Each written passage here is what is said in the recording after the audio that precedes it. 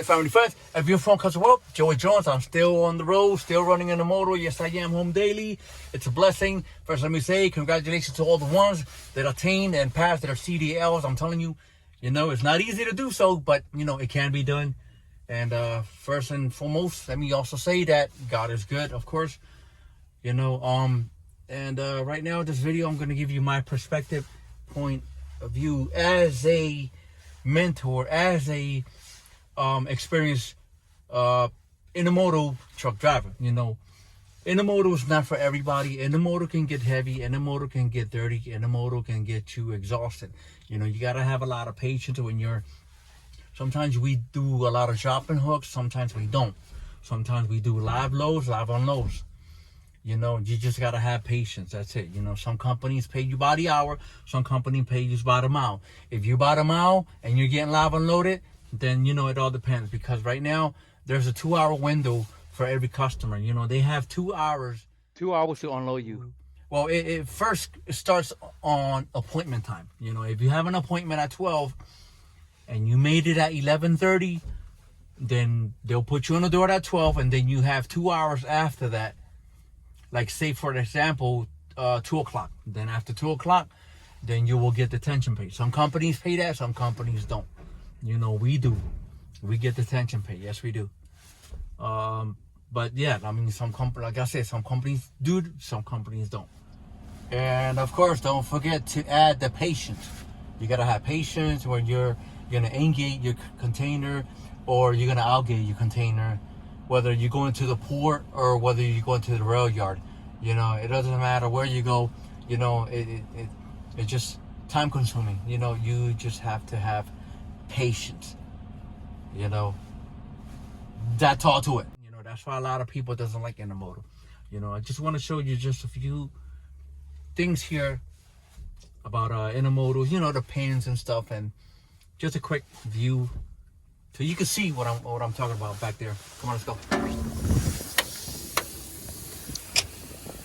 Okay, running Intermodal, that's what I'm doing. I have a 40-foot container. Sometimes we do 53-footers, 20-footers, and these are super heavy.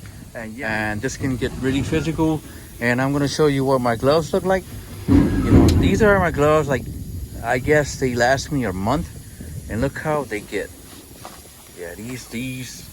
And this is just pulling the lines, locking the pins, make sure they are locked in place. Make sure they're under there. See if you can see under there, the pin there, that means that it's locked. You gotta make sure that it's locked, and your landing gear as well. But yeah, check these gloves out. This is only a month of usage, okay? I use this for months, and then these are my new ones, okay? But I still keep them in case if I lose these, because I lose them a lot. Sometimes I'll leave them on the catwalk. Sometimes I might leave them on top of the chassis somewhere. But yep, these are my new ones, and these are my old ones. These are just about a month old. Okay, so yeah, it can get physical, it can get dirty, and when you touch tires, kick them, whatever, pre-trip, your landing gear. Yep, and locking these pins, and then of course you have to put these zip ties on. Yeah, it gets dirty, it gets crazy. When you get a chassis swap, they'll come up and they'll just pick this container off your chassis, and then they will drop another one on top. Sometimes you have to pull the actually, this one doesn't have the tandem release handle because they don't slide back. They always set, But yeah, it can get crazy. It can get really frustrating. But I'm already used to it, and I've been doing it for a while, so it doesn't bother me at all. And over here, and same thing on the other side. Just make sure these pins are locked. I put a zip tie so they won't. I guess the vibration when you're on the road, they won't slide back, these pins, because you don't want these containers to come off. As you can see it right there, the pin slides right across. And just make sure you see it. Just make sure it's locked. And that's how I make. That's how I get paid. So I get paid by the miles and detention pay. Yeah. And again, some companies pay more, some companies pay less.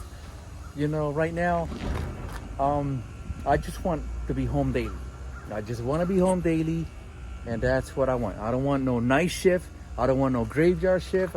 I ain't trying to be out there while you're asleep, you know, at 1 in the morning or whatever. I mean, if I have to do a load at 1 in the morning, then that means I'm home, get some rest, and then I start at 1 in the morning. I can do that.